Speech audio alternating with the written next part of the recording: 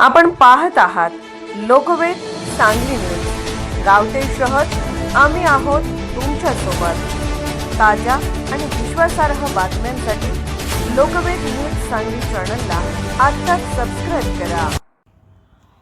कर्जाच्या वसुलीसाठी शरीर सुखाची मागणी करणाऱ्या खासगी सावकारासकट 4 दिवसांची पोलीस कोठडी। कर्जाच्या वसुलीसाठी महिलेचा शारीरिक आणि मानसिक छळ करत शरीर सुखाची मागणी केल्याप्रकरणी खासगी सावकार अमित कृष्णात सावंत वय वर्ष 35 राहणार रोहिदास चौक गडमुडशिंगी तालुका करवीर याच्या विरोधात गांधीनगर पोलिसात गुन्हा दाखल झाला।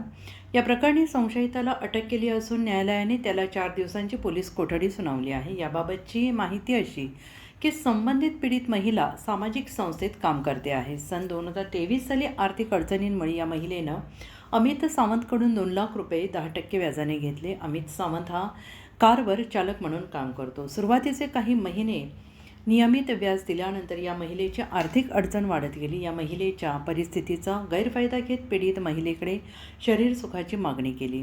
महिला एकटी घरी असताना जबरदस्तीने तिच्यावर अत्याचार केले। त्यानंतर शरीर संबंधाचे चित्रीकरण केले। त्यानंतर शरीर संबंधाचे व्हिडिओ व्हायरल करण्याची धमकी देत वारंवार त्याने महिलेचा शारीरिक आणि मानसिक छळ केला। दरम्यानच्या काळात पीडित महिलेने कर्जापोटी व्याजासह 2,10,000 रुपये परत केले होते, परंतु उर्वरित 25,000 रुपयांसाठी खासगी सावकाराने पीडित महिलेवर अत्याचार केले। त्यानंतर हे व्हिडिओ कार मालकाला पाठवले आणि या प्रकरणाचा जाब विचारण्यासाठी पीडित महिलेचा जावई गेला असता जावयाला बेदम मारहाण केली। बदनामीच्या भीतीने शांत असलेल्या पीडितेने अखेरीस पोलिसात धाव घेतली। याबाबत गांधीनगर पोलिसात गुन्हा दाखल झाला असून पोलिसांनी संशयित आरोपीला अटक करून न्यायालयात हजर केले। न्यायालयाने त्याला 4 दिवसांची पोलीस कोठडी सुनावली आहे। अधिक तपास पोलीस उपनिरीक्षक विजय कोळी हे करत आहेत।